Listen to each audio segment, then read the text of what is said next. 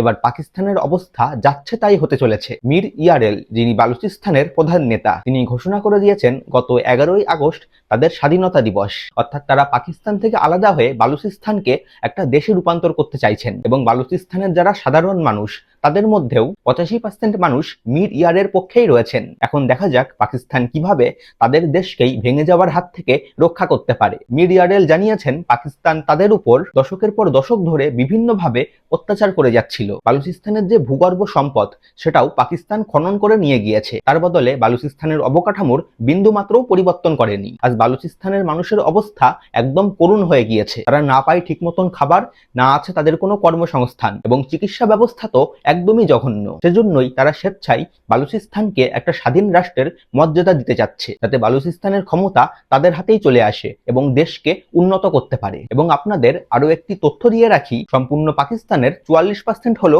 বালুচিস্তান। তাহলে বুঝতেই তো পারছেন এবার সেটাও যদি পাকিস্তান থেকে চলে যায়, বিগত দিনে পাকিস্তানের কি হাল হতে চলেছে। এবার আমার ব্যক্তিগত মতামত যেটা, আজ না হলেও কোনো এক ভবিষ্যতে গিয়ে বালুচিস্তান পাকিস্তান থেকে আলাদা হয়েই যাবে, আর সেই আলাদা হওয়া দিন থেকেই পাকিস্তানের ভাঙন শুরু হয়ে যাবে, আর সেই ভাঙন কেউই আটকাতে পারবে না। ভালো থাকবেন সবাই। জয় হিন্দ, জয় ভারত।